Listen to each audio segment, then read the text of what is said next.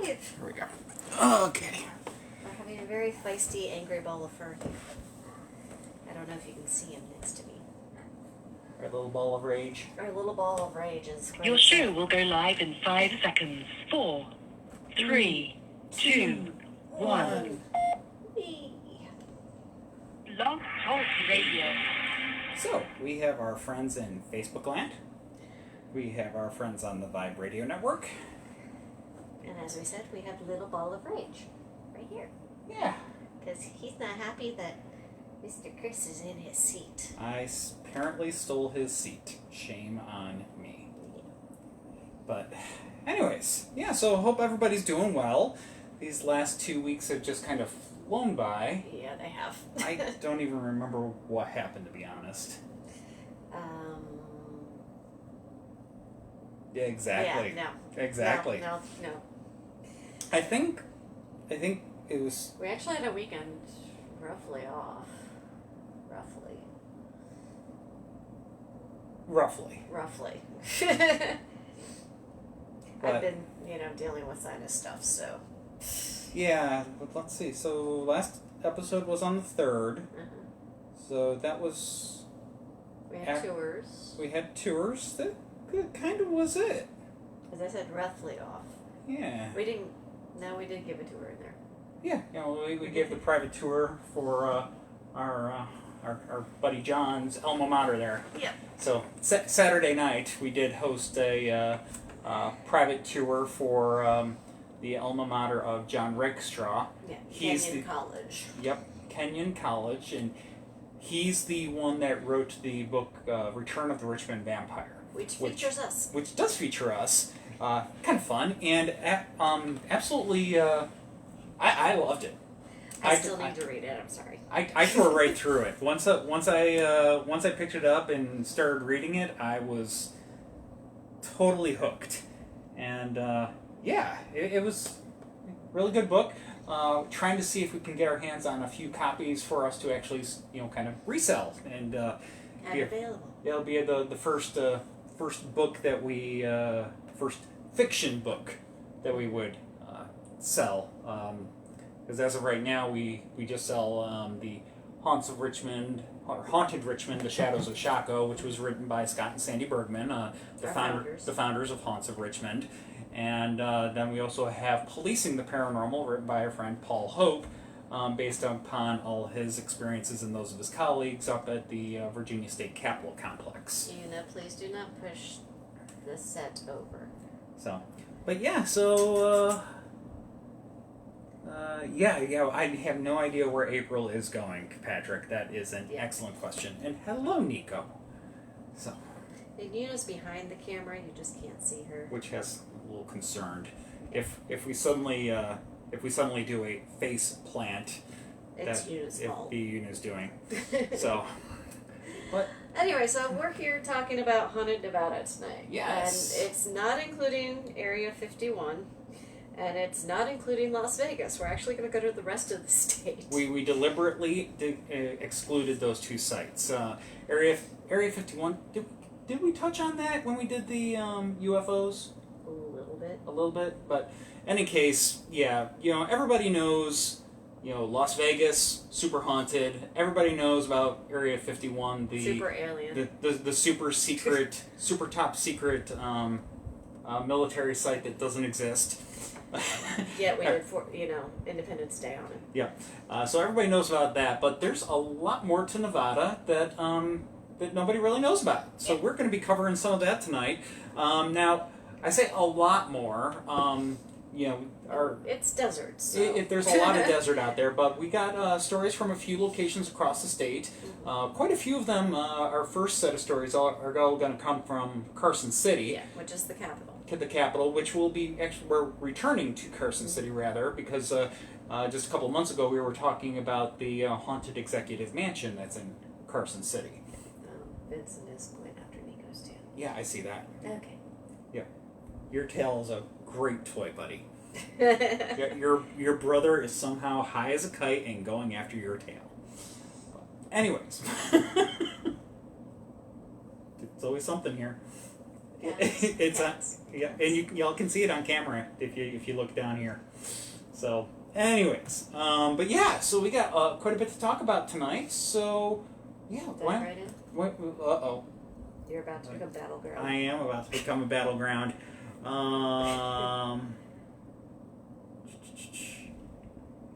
Yeah. So We're good to go. I think so. Alright, so as Chris mentioned, we're starting in Carson City, where we're returning to because this is the capital, and we spoke about the governor's mansion during our Haunted Executive Mansion episode. But not the only building to be quite haunted in this small city. So we're going to start out at the Bliss Mansion. This is not far from the governor's mansion. Right across Mountain Street from the governor's mansion is Bliss Mansion. The sprawling 3-story, 8,500 square foot mansion was completed in 1879 in the wake of the Silver Rush that had been a long-time landmark in Carson City. It was the largest and most elaborate structure in the city when it was first completed, including piping for gas lighting, and its first residents were millionaire Dunane L. Bliss and his wife Elizabeth. Bliss moved into the region to engage in banking, but made his fortune by selling lumber to the thriving silver mines. His fortune grew as he invested in the growing railroads, and it took a turn at building fancy homes in Lake Tahoe and San Francisco. Everything's fine. After building his fortune and a fair number of fancy homes for others, Bliss decided that he wanted a stunning home of his own. So he knew exactly where he wanted it to go in Carson City, and there was a slight issue with the plan. The site that Bliss selected for the mansion was inhabited at the time. That said, those residents were disinclined to argue much after, as they were, of course, 6 feet under. Yeah, the land was a cemetery. We all know what happens when you move bodies, right? Don't. I mean, I suppose every once in a while, maybe there's a good reason for it, but To build a house? No! that, what she said.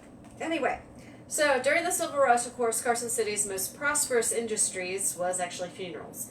The mortuaries and morgues were in high demand, and people fell hazards to the life of the frontier and then the mining industry in the late 1800s. All the bodies needed to go somewhere, and the burial site where Bliss Mansion now stands was one of those places. Even though the bodies were supposedly exhumed and relocated, people say that they still see confused spirits wandering the site, looking for their missing burial plots. While one might be inclined to think that the Bliss family might have been tormented by these spirits, in truth, they seemed to live happily in the home for many years, and numerous owners did the same after the Blisses passed away. Unlike many of our other homes of its vintage, it never fell into disrepair, it was never subdivided into apartments, and it did actually become an upscale bed and breakfast for a time, but now it's a venue for arts and music during the summer months. Given the care that has been shown to the mansion since the beginning, it's of little surprise that some of those who loved it have come back to haunt their one-time home. The most notable specter of all is actually the original owner, Dunane himself. He was unable or unwilling to let go of the grand home that he enjoyed for so many years, and he wanders the entire property, admiring the architecture or gazing out of the windows at the going-ons in the surrounding neighborhood. You want to watch the windows as you walk by, because you may see curtains shifting about, even though there's of course nobody in the building, or maybe keep an ear out for some lively music, which some believe to be an echo of one of Mrs. Bliss's delightful parties. Still, not all the spirits that linger on the property are benevolent like the Blisses. They are believed to be just two of dozens of spirits who reside on the property, with many of them attributed back to that cemetery that was there before. Those spirits seem not,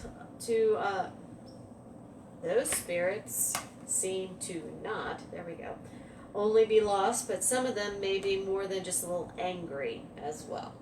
Some say that a young boy who lived there in the 1980s died after falling down the stairs, and that his fall was aided by an unhappy spirit.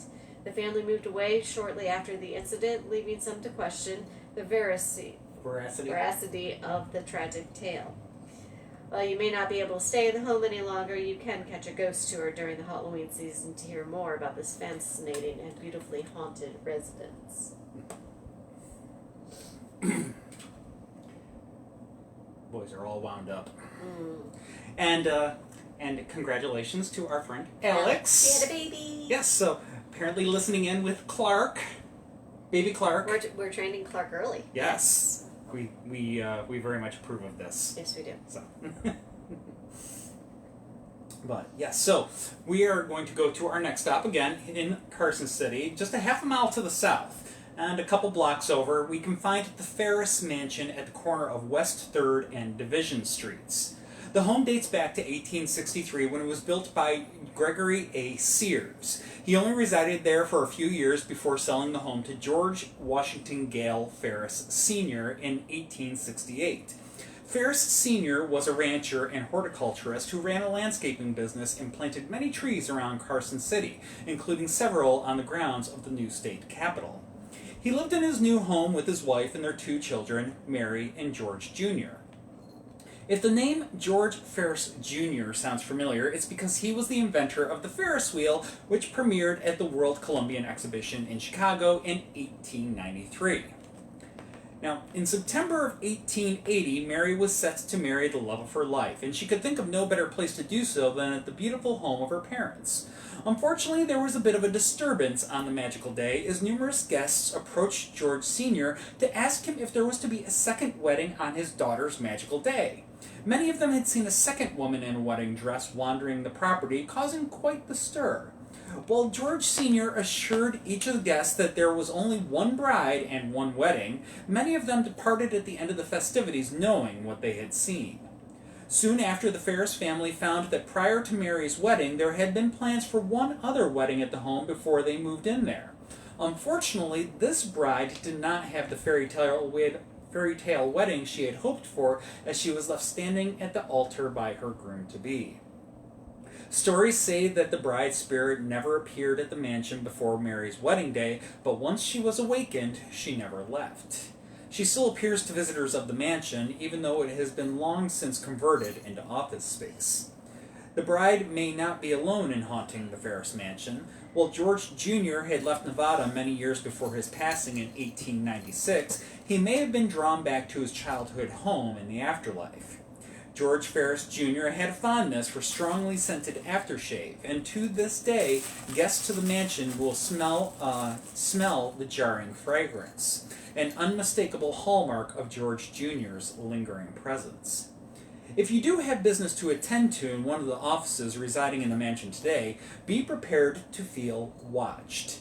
Guests commonly report the sensation of being followed at every step through the mansion. Whether it is the bride, George Jr., or another entity altogether is up for debate, but it still doesn't hurt to steel yourself before a visit to this historic structure. Sorry, I'm refereeing. How's that going? So far, I don't need to intercede. Okay. Am I continuing to read, or you? You can continue. Okay. We're having a tussle with our boys right now. Aw, apparently Clark's already a big Haunts fan. Yay! Thank you, Alex. I don't have any baby gear, I'm sorry.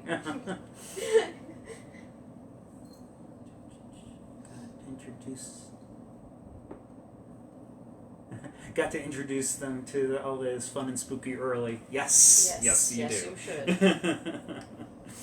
Okay, so still in Carson City, we're going to move a couple blocks over and we'll arrive at Carson Street, one of the main drags through the center of Carson City. While the state government buildings on the east side of Carson Street command much of the attention, just across the way are a number of historic storefronts, including the St. Charles Hotel. The hotel was originally built in 1862 as 2 separate buildings. The north 3-story building opened as the St. Charles Hotel, and the south 2-story building opened as the Mueller Hotel. The St. Charles was advertised as the most desirable and commodious first-class house in Carson, and the pleasantest resort in Carson, and where everything kept by the bar is of the best quality. A reputation it did well to live up to by all accounts. It became a major stagecoach stop for Carson City and held the offices of the Pioneer Stage Company. It was also a popular hangout for state lawmakers when the legislature was in session. Mark Twain, who lived in Carson City when the hotel was built, was most likely a patron of the bar on the ground floor. The good times didn't last, though. The days of the Comstock declined, and other hotels like the Arlington Hotel and the nearby Ormsby House eclipsed the St. Charles in popularity. In 1890, the St. Charles was renamed the Briggs Hotel, and in 1894, the Briggs and Mueller hotels were combined to form the Briggs House. In 1910, it was renamed again, this time to the Golden West Hotel. Unfortunately, it had also degenerated into little more than a slop house. The restaurant on the ground floor would pay local boys 25 cents a head to bring in jackrabbits to be served for dinner that night. Yeah. The hotel would see many more changes over the next half-century. It changed names several more times. It would play host to a coffee shop and cocktail bar. The stagecoach office was replaced with a Greyhound bus depot. By the 1980s, the paint was peeling off the walls and it served as a low-rent flophouse. The historic building was on its last legs. Fortunately, in 1993, local businessman Bob McFadden bought the hotel and embarked on a thorough renovation. The exterior received a facelift, restoring much of its historic charm. The interior was fixed up to appeal to tourists again. The dive bar was replaced with an upscale eatery. Perhaps most importantly of all, the St. Charles name was resurrected. Very appropriate considering that it had very much returned to its mid to late 1800s roots. That said, while the building had received a much-needed restoration, the businesses there struggled. Several restaurants opened and failed on the ground floor, so many in fact that people half joked that the space was cursed. Bob McFadden would ultimately sell the building to Jenny and Mark Lopitico in October 2004. Lopiticos held on to the hotel for a few years without making many changes, trying to find just the right tenant to put in the ground floor restaurant space. Finally, in 2007, they announced that the Firkin and Fox pub would open in the hotel. After 6 months of construction and renovations, the Firkin and Fox opened in January of 2008 to huge success. It in turn sparked a rebirth across downtown Carson City. Today, the St. Charles Hotel stands as the second oldest hotel in the state, but the oldest one that has been in continuous operation as a hostelry. Given the checkered past of highs and lows that the St. Charles Hotel has experienced, there's little surprise that some people from this highly varied cast of characters have returned to haunt this historic location. Starting back in the Comstock days, as the silver mines began to play out, so did the novelty of the St. Charles Hotel. In 1874, the Daily Appeal reported that a man killed himself inside the hotel by taking a fatal dose of strychnine. Believe it or not, strychnine was once available in pill form to treat a variety of ailments, but there was a very fine line between medicinal use and fatal dose. Symptoms of strychnine exposure include painful muscle spasms, agitation, difficulty breathing, and ultimately respiratory failure and death. Not a peaceful way to go. Hotel visitors report hearing and seeing evidence of the tortured soul still roaming the halls to this day. Additional reports include the apparition of a heavyweight boxing contender, Larry Duncan, who boxed under the name Fighting Irish Pat Duncan in the 1970s. After his boxing career was over, he was abandoned by his family. Duncan lived at the hotel for the rest of his years and is said to have died in his room. Many witnesses claim to have seen his troubled spirit wandering the hotel. On the more sinister side is a spirit that has been called Mean Phil. Phil's name came in from an EVP session done by a paranormal team, and the mean part came from his abundant disdain for women. On the physical side of things, he has been blamed for pulling the hair of female visitors to the location. A pair of children seem to linger around the location as well, though it's uncertain if they are related to one another or not. It's assumed that they lived there with their families at the hotel during one of its less savory eras. The boy can be heard calling for his mother, but any further information about him remains elusive. A little girl has been a bit more interactive and has indicated that she lived at the hotel with her parents and brother. Why their spirits are stuck here is unknown, but we hope that their presence at the St. Charles is not entirely uncomfortable for them. Perhaps the children can find some pleasant company with our final spirit, a spectral cat. All the reports concerning the cat involve it only being heard and not seen. That said, you know how much we love our furry friends. You're gonna go check on that. I am. There's... Somebody's into something they shouldn't be. Yeah. And I'm we back. can hear it. Alright, so we're gonna pop over to the Nevada State Museum in the city. It's about a half mile up the road, and today the museum resides in a structure that was first built in 1863 as the Carson City Mint. The sandstone blocks used to build the mint were cut to size by laborers in the state prison. Amongst the museum's most prized items is a coin press number 1, which was built for the mint in 1869. Overseeing the entire operation was Abe Curry, considered by many to be the father of Carson City. In the mint's 21 years of operation, it produced $49 million in gold and silver coins, including the rare and treasured Morgan dollar. We good? The mail just arrived. Oh, that's what we heard. Yep. So not the cats. Yep, that was the mail flap. Okay. We get mail really, really late sometimes. Alright, now considering Abe Curry's dedication to Carson City in the state of Nevada, few are surprised that he haunts the museum today. Curry was drawn to the west from New York and during the California Gold Rush and ultimately settled in the area that would become home to Carson City. He served in the Nevada Territorial Legislature and was the first superintendent of the Carson City Mint, the first warden of the Nevada State Prison, and he donated the land where the Nevada State Capitol was built. Curry can be heard patrolling the premises in the museum's after hours, his distinct footsteps walking the corridors of the building that he was responsible for establishing. Abe Curry doesn't haunt the building alone, however. The spirit of Osborne Parker also resides within the Carson City Mint walls. On December 12, 1872, Parker was accidentally crushed to death when equipment fell on him in the basement. His spirit is often looked to explain the mysterious operations of the elevator. It's believed Parker was taking a liking to the modern convenience to help him get to the basement, where he attempts to continue his work to this day. While it may sound eerie, many consider Curry and Parker to be the museum's friendly guardians. They love the place so much that they'd rather stay to keep an eye on it and its visitors as well. Good? Mm-hmm. All right. So next we move on to the Brewery Arts Center. Built in 1865 by the Carson Brewery, this appropriately named structure opened on King Street as a steam beer brewery, bar, and Masonic lodge that would ship kegs and barrels out to local saloons. In the early 1900s, the building belonged to Carson Brewing Company, who crafted the well-known Tahoe beer. A mural depicting those brewers can be seen on the side of the building. It became the Nevada Appeals headquarters in the second half of the century, and it now functions as the center of Carson City's arts and entertainment community.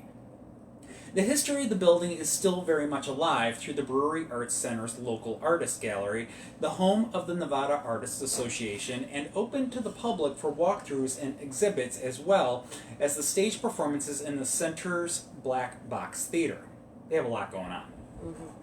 In the warmer months, weekend block parties take place just outside with live musical acts, food, and beverages. Upstairs is the 1864 Grand Ballroom, available for private events and weddings. Simply put, the Brewery Arts Center has been a happening place for well over a century, giving plenty of fuel to the spirited encounters that can occur here in the modern day. The most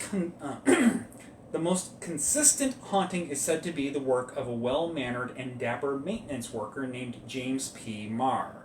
Marr has been said to appear in a brown checked suit and yellow tie, reminding employees to remember such tasks such as turning off the lights and locking the doors. A member of the Masonic organization, he was also the caretaker and continues to oversee his duties to this day. That seems to be an ongoing thing with Masonic caretakers. Yeah. They don't seem to stop their duties even once they've passed on. Yeah, so, James Marr, still looking over the Brewery Arts Center, which was the one-time Masonic Lodge. Yeah. So, we will now move on from Carson City to our next stop. Virginia City. Yes, Virginia City. Nevada. Which has absolutely nothing to do with the state that we're sitting in right now. So, now this is very, very close to Carson City. There's a whole bunch of like little communities that are kind of tucked into that corner. Virginia City, just a short 15-mile trip to the northeast of Carson City. And this is one of the many, kind of mining communities that popped up in the 1800s. While its population peaked at about 25,000 people during the mining days, it continues to thrive today as visitors come to immerse themselves in the historic atmosphere, including the many hauntings. Now, I will say this place, this town, the architecture is beautiful. I mean, it's packed with like Victorian-era architecture. Really, kind of, it seems out of place. Yeah. But it's quite the eyeful, if you will. Quite a comfort on the eyes. It's easy on the eyes. It's not what you expect in the middle of a desert state. No, it's not. So yeah, and many communities like it dried up and have become kind of the stereotypical ghost towns, but not Virginia City. So in Virginia City, we will start in one of our favorite kinds of places, the local cemetery. Because why not? Yeah, so not all is restful at the Virginia City Cemetery. All kinds of strange paranormal things have been reported here, from a glowing tombstone that's reported to be as bright as the sun to a tombstone that just won't stay put. The moving tombstone easily weighs hundreds of pounds, and it would take several burly individuals to shift it even the slightest. Still, it's abundantly clear when the tombstone moves, as you can see from the path that it has traveled. Why it moves is just as mysterious as to how, but the visual evidence is hard to dispute. The bizarre activity at the cemetery isn't limited to the tombstones. There is also a strange fire in the cemetery that has been seen for years. People say it appears to look like a regular campfire, but when you get closer to it, there's no fire and no sign of anyone nearby. Some people, including some police officers, have claimed to see shadows moving around the fire from a distance, including those of horses near the fire. The spectral horses are often accompanied by a distinctive whinny and the sounds of hooves gently stomping on the ground. A more fearsome creature has been reported by the cemetery gates, a large white dog with glowing red eyes. Its appearance is often accompanied by the smell of sulfur and a menacing smoke. Speaking for myself... That's not a dog you want to get near. Yeah, I don't think I would dare get close enough to this dog with the glowing red eyes to see exactly how it smells. Patrick, I'll leave that up to you. Moving on. Yeah, hellhound. There's some hellhound things here going on. So, that's not the only one though. No. So this is going to be a bunch of small vignettes, just so you're all aware. So now the Silver Terrace Cemetery in Virginia City is another one with a spooky story. It was started in the 1800s and is very much worth a visit to check out the beautiful architecture that surrounds this eternal resting spot. Glowing orbs are amongst the most commonly seen phenomenon at the cemetery, but there's also an apparition that lingers here of the less friendly sort. Residents of Virginia City say that the ghost of a former cemetery groundskeeper haunts the grounds. He's not a spirit you want to cross, and he's not welcoming as the beautiful cemetery landscaping that he resides on. It's speculated that his negative demeanor may be due to the disrespectful activity that has plagued the cemetery in recent years. Acts of vandalism at the Silver Terrace Cemetery have been disturbingly frequent. While there are members of the living that do seek to care for the cemetery grounds and repair any damage that takes place, it might be that the groundskeeper's spirit is there to maintain an eternal vigil over this final resting place. Now let's move on to other parts of town, including the Gold Hill Hotel. It's widely known as one of the oldest hotels in Nevada, and it's a popular location for weddings and events. It's not lacking in historic charm. However, there's a lot more to this place than meets the eye. During the 1860s, Gold Hill was just another mining town that was swept up by the craze of the gold run. Boasting several mines beneath the city itself, there was one mine in particular that became victim to one of the worst mining accidents in Nevada's history. A fire broke out in the Yellow Jacket mine, which ran right underneath the hotel in 1869. It killed dozens of miners. Now, it's said the souls of those miners now haunt the hotel. One of the creepiest spots around the hotel is the old miners' cabin situated near the back of the property. Considering the cabin is located right next to the mine shaft, which contains the unretrieved bodies from the horrible accident, it's no wonder why there's some paranormal activity felt here. Now, within the hotel itself, many of the rooms are well known as paranormal hotspots. Both Rosie's room and William's room have house guests that have witnessed moving items, slamming doors, and even some apparitions. People who have entered William's room have observed the strong aroma of tobacco, and as if somebody has just been smoking a cigar in the room. William's believed to be one of the miners that was lost in the fire. As for Rosie, her presence has been explained as both a housekeeper and a lady of the night. Either way, her attachment to the hotel didn't end with her last breath. She is very particular to where things are situated in her room, so take a second look around the room before you panic if a certain possession of yours isn't there when you last left it. The great room is also reportedly haunted. Here the living and the dead have mingled for generations, both quenching their thirst with a beverage from the nearby bar. And after all, if the bar was good enough for Mark Twain, it's certainly good enough for the individuals from both sides of the mortal coil. And if you like to check out the spirited side of the hotel yourself, you can try spending a night or two in one of their rooms. You can sign up for one of their ghost tours that they hold once a month on Thursdays. Actually, I looked it up. They hold those tours at in the winter season. It seems to be once a month. But when things start to warm up out there, they seem to hold at least 2 or 3 times a month. Cool. So yeah, you can go check it out. Yeah. Now, of course, we are going to talk about the mine that had the fire. Yes, we're going to get a little dive a little deeper into the subject of that Yellow Jacket mine. It stands as a spooky location in its own right, after all. The Yellow Jacket mine is the focal point of what might be Nevada's most haunted hike. The Yellow Jacket mine disaster was probably the worst mining accident in Nevada history. During the morning hours of April 7th, 1869, fire broke out and spread at the 800-foot level. That's deep. Now, as the day crew was coming to work and descending into the mine, burning timbers collapsed and poisonous air flooded into the mine. Virginia City and Gold Hill firefighters responded. However, the poor water pressure prevented firefighters from extinguishing the blaze. Timbering in the tunnel collapsed and the fire continued to burn for an additional 3 weeks. 39 miners died. However, only 34 bodies were recovered. Speculation abounds that several single miners could have also perished in the fire, with their identities still unknown today. Visitors to the mine have reported seeing glowing blue and white orbs around the entrance to the main shaft, thus suggesting that perhaps the spirits of the 5 unrecovered miners are still there. There is an abundance of quartz and magnetite in the area, and some studies into the paranormal suggest that these 2 minerals are closely related to incidences of paranormal activity. One of the popular theories about quartz and magnetite is that when a spirit manifests itself, it alters the magnetic field around the minerals. Another theory is that a spirit can draw in energy from a high magnetic field using the energy to manifest itself. Thus, the theory that certain minerals, such as quartz and magnetite, can cause some type of residual haunting. Since the accident, the upper shaft of the Yellow Jacket mine has since been safely fenced to prevent accidents. While most of the mine is closed, the few people who have ventured into the more accessible tunnels were frightened by the sounds of miners' cries, sending them running from the mine. All that remains of the mine is the wooden incline chute and head frame. At the base of the hill is the previously noted miner's cabin, which is today part of the Gold Hill Hotel.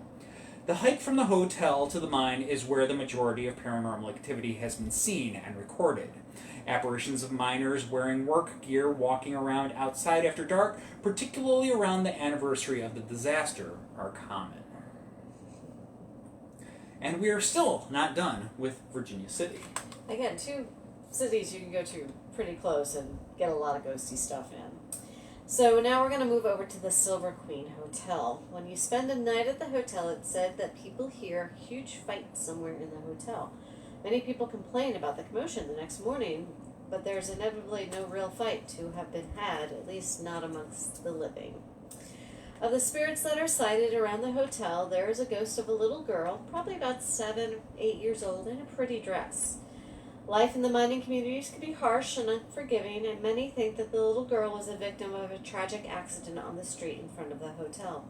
Her spirit has returned to the last comfortable place she knew. Inside the Silver Queen. On the more ominous side is the cowboy in black. He's often seen just outside the Silver Queen, and his appearance is certainly eye-catching. He's very reminiscent of the classic villain seen in Western movies and TV shows and over the last 60-plus years. Most of the tourists think he's a period actor wandering through town to add to the historic atmosphere, and they're horrified to see him wander into traffic on Main Street. When they expect him to be run down by incoming traffic, they're even more shaken to see him vanish into thin air. While his identity seems to be fated to be an eternal mystery, he remains a well-known spirit fixture in the city itself. Alex asked a good question. If you had to rank these places by how much you want to visit and or investigate them, what are your top choices? I mean, I definitely want to dive into Carson City. Yeah, I do too. And in Carson City, I think specifically the places I would love to visit would be, I'd like to visit the St. Charles Hotel. Mm-hmm. The other one I'd like to visit actually was from the previous episode. I would like to think they do tours of the Executive Mansion. Yeah. I'd love to see the Executive Mansion there. Pictures are beautiful and has some spooky stories. I'm assuming I couldn't do an investigation of the Executive Mansion, but if I had the opportunity to investigate St. Charles, I would do that. And then also... I'd like to go to the brew house. The brew house? Oh, Yeah. the Brewery Art Center? Yeah. Yeah, no, that'd be cool. Because I'm a theater person. Ah, yes. And, well, I mean... I want to go play. Yeah. And then, I mean, it seems like a fun place, just in general. And then Virginia City, I'd love to get to the Gold Hill Hotel. So, yeah, all kinds of I'd be fun happy stuff. in Rosie's room. I'm not a fan of cigar smoke, so I don't want to be in the other room. Yeah, no, I'm just saying. That's fair. I'm going to pass that off because I'm about to cough again. Okay. And I have a very contented Nico who's trying to do something, I don't know, fall asleep. Probably. Anyways. And I have an angry ball of fur over here. So, but now we're still not done. But wait, there's more. We are done. I will say we're done in Virginia City. Yeah. So that was our last Virginia City story. But moving on from there, we are going to travel to a location whose imagery is typical when people think of the Old West. A ghost town in the middle of the desert, long since abandoned to the elements. What's left of the town of Rhyolite stands just to the east of Death Valley National Park. Seeing what's left, it's hard to imagine that this was once the home of over 10,000 people. The residents of Rhyolite were tough people. The landscape was unforgiving and natural resources were scarce. Yet in 1905, really not that long ago in the grand scheme of things, a gold rush drew people to the area to work the Montgomery Showshine mine. Industrialist Charles Schwab invested heavily in the community, bringing piped water, electricity, and a railroad to the desert outpost. Now, if his name sounds familiar, this is the same Charles Schwab that built the Hotel Bethlehem that we featured on our Christmas Hauntings episode in December of 2021. So, he's got more than one haunted location to his name, even though he doesn't necessarily haunt them himself. That said, Schwab's investment in Rhyolite opened the floodgates, and a school, a hospital, an opera house, a newspaper, and a stock exchange soon followed. Given its current state, it's obvious that Rhyolite's fortunes didn't last. The mine's profitability crashed in 1910, and it was shuttered in 1911. By 1920, Rhyolite had effectively been abandoned. The ruins became a tourist attraction and a setting for motion pictures. Buildings crumbled or were salvaged for buildings in other communities. What's left of Rhyolite is now maintained by the Bureau of Land Management and is arguably its resident spirits. There are many tales about the ghosts lurking in Rhyolite from its bygone mining days. There's the spirit of a grimy miner that has been deemed the Brown Man. Legend says that he is the lingering spirit of a man who was lethally cheated out of his hard-won fortune. He entered Rhyolite with a satchel full of large gold nuggets to be tested and weighed. Unfortunately for him, he left town in a casket. It's said that he was poisoned by the town barber in an attempt to steal the gold. While the miner's body has left town, his spirit can still be seen wandering the ruins as a brown shadow wearing a big, floppy hat. The brown man isn't the only gold mining ghost in town. Some people have claimed to see an ancient-looking old man leading a mule through town. The mule is loaded down with gold mining equipment. Any attempt to get a closer look at this duo is met with their abrupt disappearance. What remains of Rhyolite is worth a visit if you're in the area. It speaks to a chapter of history that is hard to fathom for many of us and our modern creature comforts. And maybe, if you're lucky, you might catch a glimpse of one of the town's more permanent residents.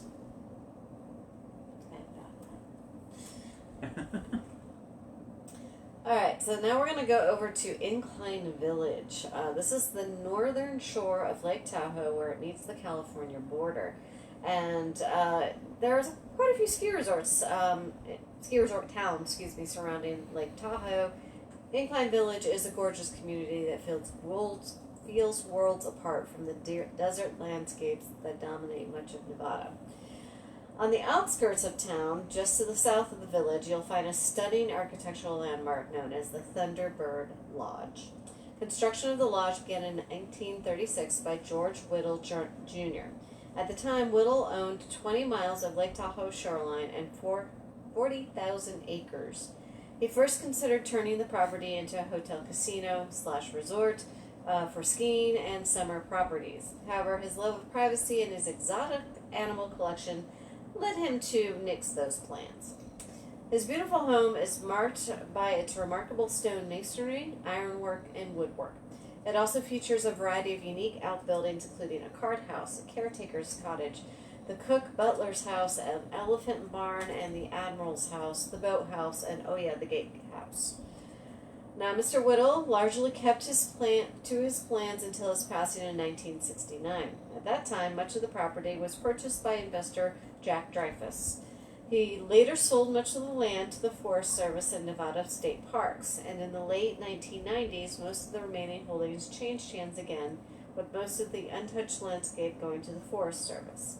Lost in the exchange was the Thunderbird Lodge.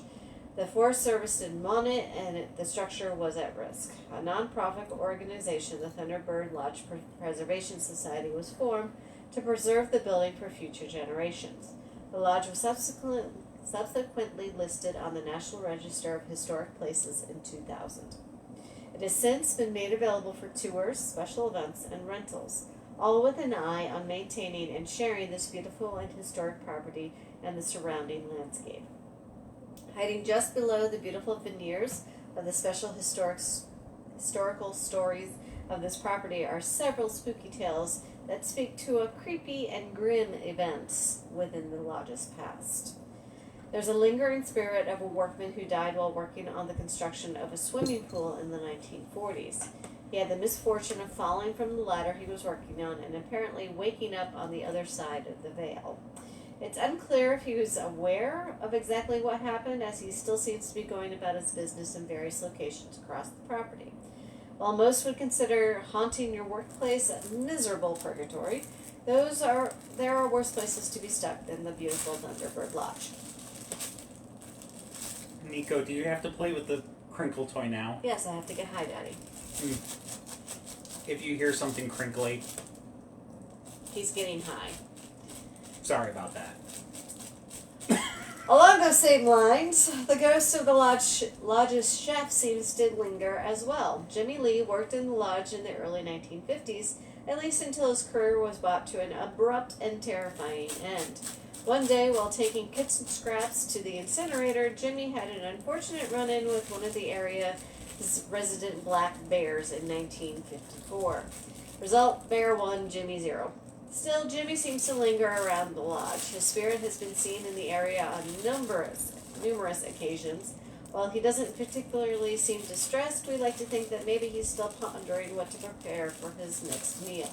Perhaps bear tartare? Anybody? On a completely tangent note, we watched Cocaine Bear yesterday. We did. I have no regrets. No. It was hilarious. It was ridiculous. It was perfect. hilariously gruesome. Yes. I mean, it's Don't expect a masterpiece. It is there for its ridiculousness. It's exactly what you should expect it to be. So. Yeah. Anyways, Sometimes back to you business. just need that. Back to business. Also of note, the on the work front is the butler's cottage is quite haunted as well. While it has since been turned into a guest house, individuals who stay there have reported seeing shimmering apparitions and hearing disembodied whispers, perhaps the echoes of the building's working past. One more worker-related tale. This is the tale of the not-so-spirited sort, but still kind of interesting. After Jack Dreyfus purchased the estate, the first thing he found when arriving there was the caretaker, Ode Hond, dead in the front of the kitchen sink. Jack's first call from his new home would be to the local authorities to see Hode's body. When Hode had not been reported amongst the spirits in the lodge, he did lead a rather interesting life. In World War II era, he was living in his native Norway.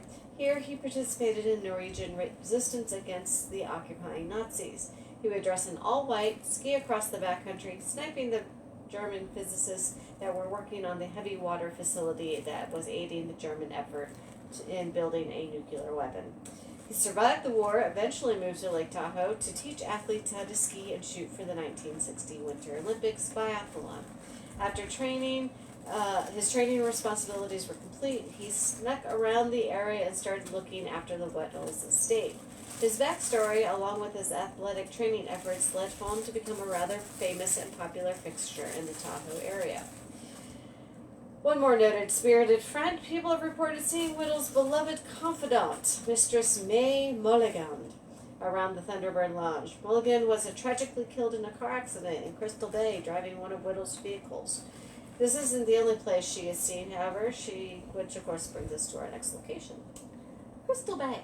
Yes. So, we need to preface this next story by saying that the location was actually just demolished this past year. So, yeah, sorry. So, for 76 years, though, the Tahoe Biltmore stood as a cozy gambling outpost in the town of Crystal Bay, overlooking Lake Tahoe. It also became well associated with the paranormal in the last couple decades of its existence. Thought to be the home of numerous spirits, including the previously mentioned May Mulligan, the Tahoe Biltmore drew paranormal enthusiasts from miles around to participate in paranormal investigations and other spooky events for years. Along with random doors opening and closing, voices whispering nearby, and knocking sounds, the Tahoe Biltmore's most famous resident ghost, Mary, was a regular fixture at the establishment. The leading theory behind Mary's presence is that she was a showgirl in the 1960s era Aspen Cabaret that regularly performed at the Tahoe Biltmore. She wears an outfit consistent with being a member of the cabaret, but she has the frightening distinction of having no discernible facial features. With the Tahoe Biltmore now gone, it's unclear what might become of Mary and her spirited acquaintances. Were their ties strictly to the Tahoe Biltmore, or might their attachments go a little deeper to the land that the Tahoe Biltmore once stood upon? In a few years' time, we might be able to answer that question, as a new establishment is set to arise on the site. The Waldorf Astoria Lake Tahoe is currently in development and is tentatively scheduled to open its doors in 2027. For our part, we hope that the first guests to check in are the spirits who resided on this site first. So, just a couple more quick stops for us this evening. This one, I'm particularly fond of this one. You probably didn't make the connection, but it jumped out at me. So, yeah. Anyways, next we move to the tiny community of Goodsprings, just a little to the southwest of Las Vegas. Now, fun fact. If you're a video gaming fan, the Goodsprings name might sound familiar. That's because it's where your character wakes up to start the renowned or reviled game, depending on your take, Fallout New Vegas. Okay. Yeah. As a matter of fact, our next stop was used for the in-game model of the Prospector Saloon, including the shape of the building, the location of the jukebox and bar, and the stylings of details such as the front porch, ceiling, and mirrors. Our real-world location is known as the Pioneer Saloon. And if you're wondering about how they feel about the video game, they have a framed copy of it on the wall in the saloon. That said, built in 1913, the Pioneer Saloon is one of the oldest continuously operating businesses in Nevada. It has a classic Old West feel to it, and the weight of history clings to the establishment, along with some spirits. The most famous spirit seems to be that of Carole Lombard, a renowned actress of the 1930s and early 1940s who tragically lost her life in a plane crash on nearby Mount Potosi in 1942. It took days for the wreckage to be found, and all the while her distraught husband, Clark Gable, sat at the bar in the Pioneer Saloon drinking himself into oblivion. Evidence of Gable's stay is still evident on the bar, as burn marks from his mishandled cigarettes still show on the bar top. It's believed that Carole's spirit lingers at the Pioneer Saloon in an attempt to comfort her bereaved husband. On the more menacing side, we have the spirit of Paul Kosky. Kosky was a massive man who loved to boast as much as he loved to drink. He liked to claim that he could put down any two men at the same time in a fight.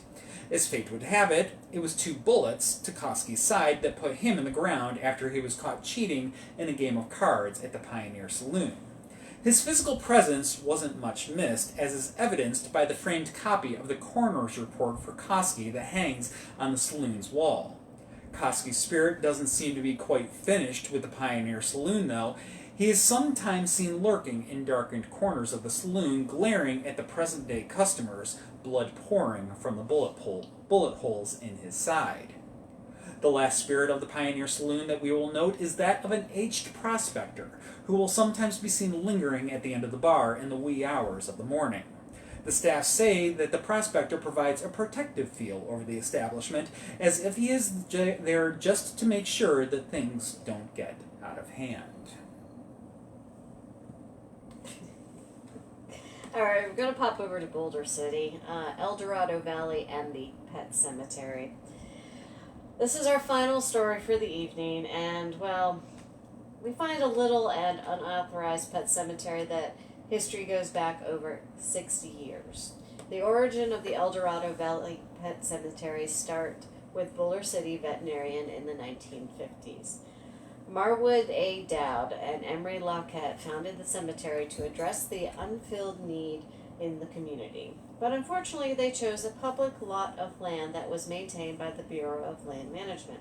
The Bureau quickly told the men to discontinue their operation, and while they did so, individuals continued to use the land for the burials independently. In recent years, the cemetery has been fenced off, limiting access to the site, but that doesn't stop people from exploring this odd little memorial site in the Nevada desert. It also doesn't stop people from taking and spreading rumors about the site. The wildest of these rumors say that the grounds have been used for burying more than just the beloved pets. Stories of mob burials at the cemetery have been around for decades. Along with the ghostly tales that have earned El Dorado Pet Cemetery the reputation as the most haunted pet cemetery in the world. There are stories about vengeful spirits of mob victims, but one of the most fascinating is the story about a murderous dog creature. People claim that this creature is the remains of a dog that was put down by a mobster. The mobster had the dog interred at the illegal cemetery, where its remains were caught up in a flash flood.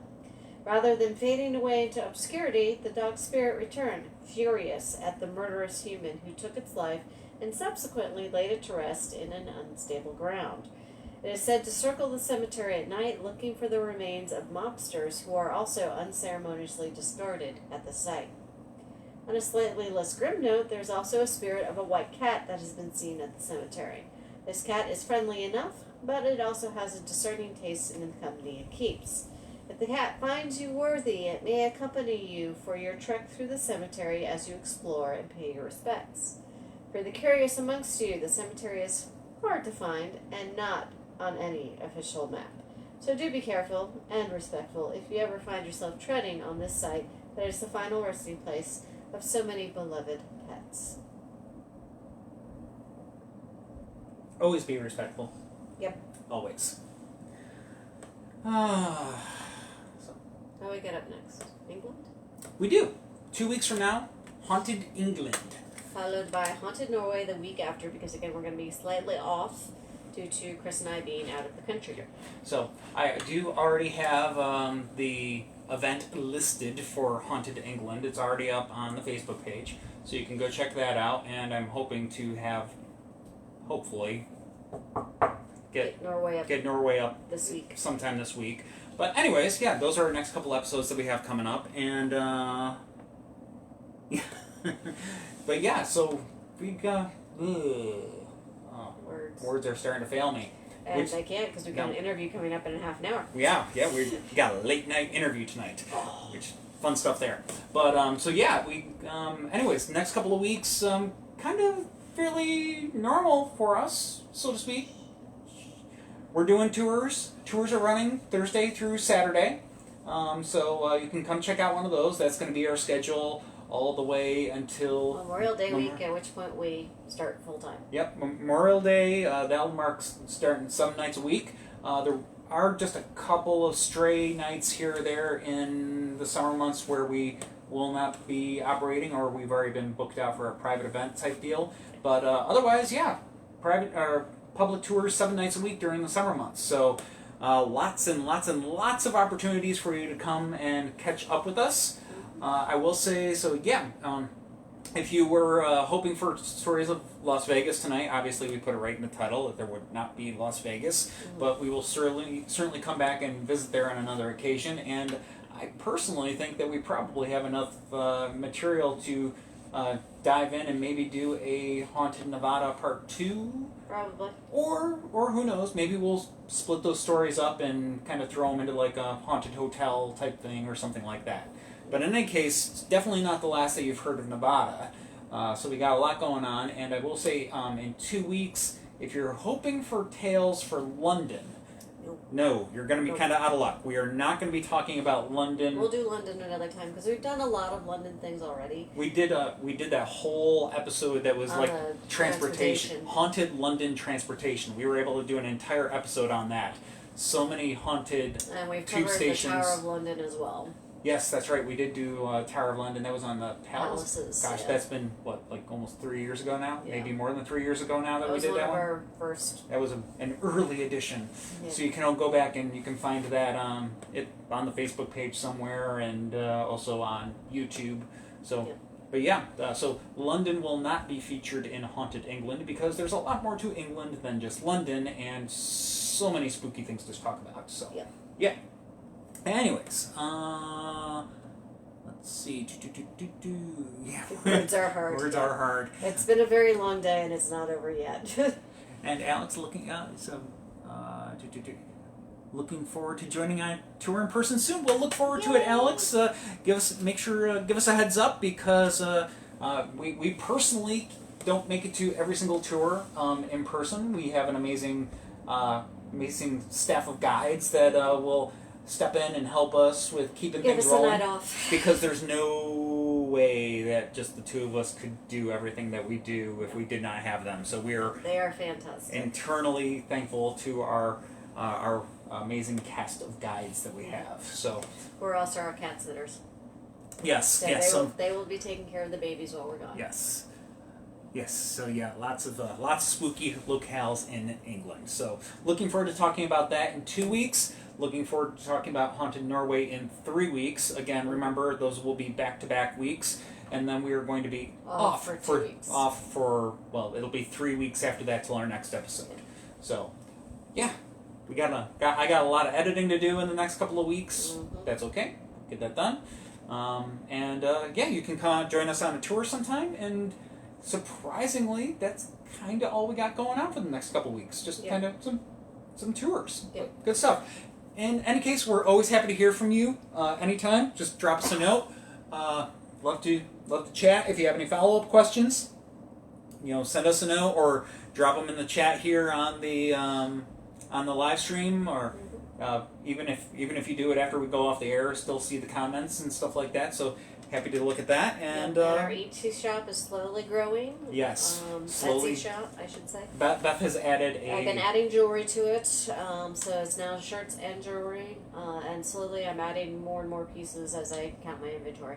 Yep, and our Etsy shop is it's not Haunts of Richmond. It is Richmond Haunts. So if you want to go look for it, the shop name is Richmond Haunts.